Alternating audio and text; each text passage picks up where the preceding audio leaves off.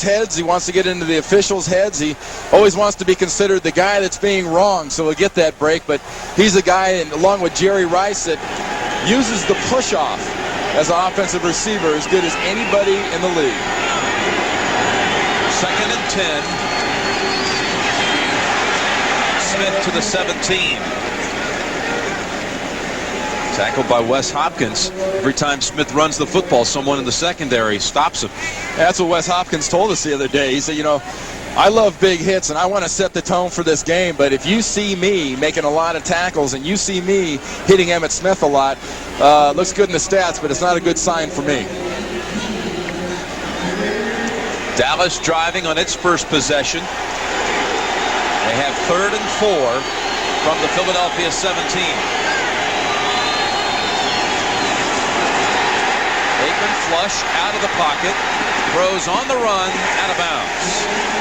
And that's just what you want Troy Aikman to do if you're a defense. You want him not being able to throw the quick timing patterns. You want him looking down the field, and you want him to take as long as possible to get rid of the ball, because that gives you a better chance, A, to get to him, and B, that he'll throw one up so you can get him, because he does not make many mistakes. So field goal try coming up from Eddie Murray. This will be a 35-yard attempt. No one's missed a field goal or an extra point this year against Philadelphia yet. And that stat holds true. 3-0 Dallas. Murray from 35 yards. And Bud Carson's defense for the Eagles did a good job of sort of doing what Jimmy Johnson's defense does. Got down in that plus zone, that red zone, and they stopped the Dallas Cowboys. If they can hold the Cowboys to field goals, they can give their offense a chance to get into the rhythm of the game. Well, again, as we said at the top, the winner will move into a tie with the Giants in the NFC East for first. Did that Giants loss surprise you? It sort of surprised me that the Giants' offense was throttled so effectively. They got down to the 1-yard line 2 times early and couldn't get a touchdown. A great hit by Ronnie Lott on sort of a slip by Tillman that resulted in a fumble. Really was probably the critical play early in that game. You know, this Philadelphia team so decimated by injury. The attitude in Philadelphia is one of apathy and really resignation. It's as though the fans have given up on this season. They're 4-2, but do you sense that yourself? You'd swear you were in Cincinnati and your team hadn't won a game and then things were looking bad. I mean, this is a city that's been tough on this team, but I tell you, there isn't a single person in these green uniforms that have given up. This is a team that is really still behind Richie Kotite and believes they still have a shot at the playoffs. Dallas with 12 plays, 81 yards to set up the field goal. Zakahema will down it and bring back out the Eagles, who moved the football pretty successfully the first time they had it, moved it into Dallas territory. Well, as you saw from that bruising first series by the Dallas Cowboys, we mentioned it in the very beginning of the game. This offense for Philadelphia has to take advantage of every possession it gets, because Dallas is going to have what they had as a game plan all day long, all night long, whatever. They're going to pound the ball and eat up time on the clock. David Alexander making his 83rd straight start, longest on the team. He says, we're not about to abandon this season. We all realize that 9-7 will get you into the playoffs, and by then we might have Randall back. Sherman out to the 24-yard line. Larry Brown cut him under.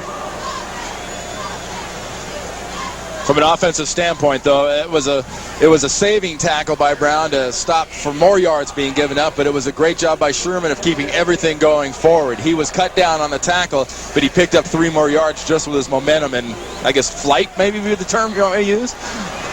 He did set sail. 2nd and 5.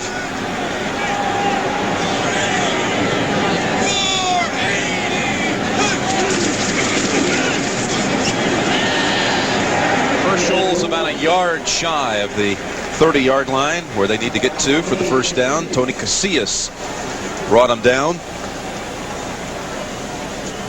Didn't get much on that play, but that is the way you want to attack this Dallas defense. You have not got a chance of running sideline to sideline with these guys. Jimmy Johnson predicates his entire system, offense, defense, and special teams on speed, and Herschel Walker needs to be running straight ahead.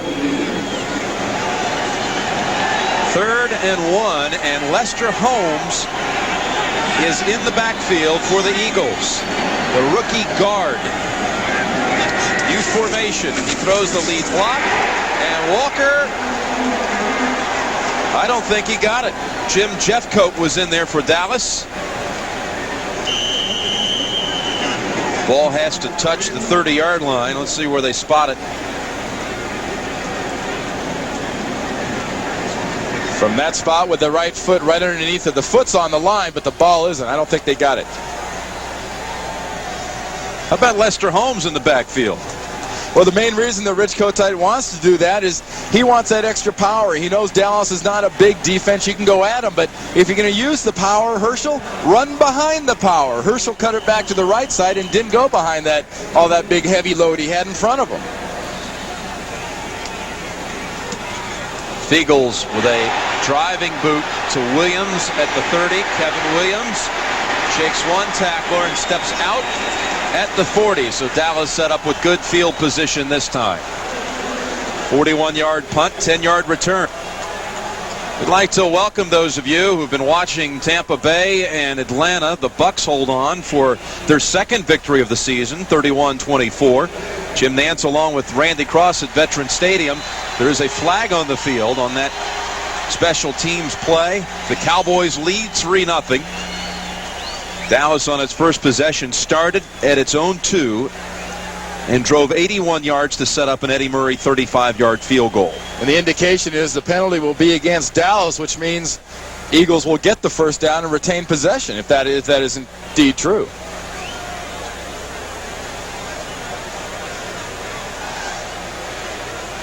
I love these official debates they have on these penalties like this. They bring guys from all over the field to decide them.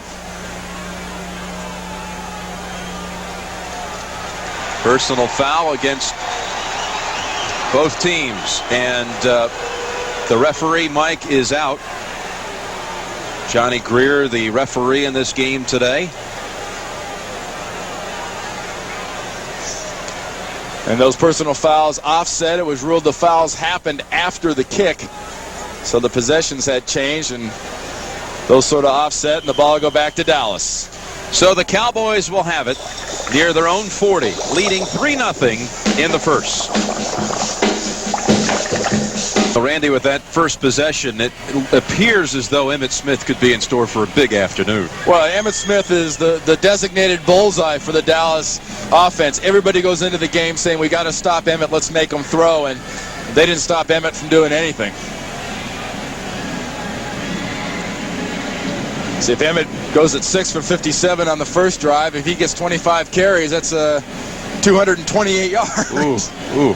And the Eagles, as you pointed out, have already yielded 2 of the biggest 3 rushing performances of the season. Lewis Tillman and Reggie Brooks both ran wild against this Eagles defense. From the early games today, the Packers won their 3rd straight. Atlanta could not carry the momentum over from its win against the Saints. Miami took out Kansas City. Indianapolis by a field goal over New England. And the Jets dropped the Giants. Aikman play action, threatening to go long, but no, he's sacked for the second time. And it's Andy Harmon again. We got the tempers are going right now. The Dallas offensive line is not used to having Troy Aikman 1 dropped and 2 abused, and he was abused on the sideline by Ben Smith, and he's been dropped for sacks so far twice.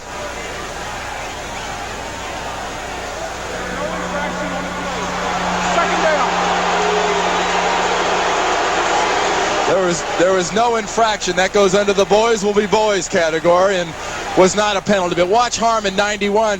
This is an effort sack. Grinding, gets down there around the ankles and gets himself his 2nd sack of the day. And that's the kind of defensive tackle that Harmon is. He was playing end earlier in the year, but the tackle position is where he belongs, where he can do that kind of blue-collar work. Second down, 17. Smith. Another run picking up easy yardage. Clyde Simmons brought him down.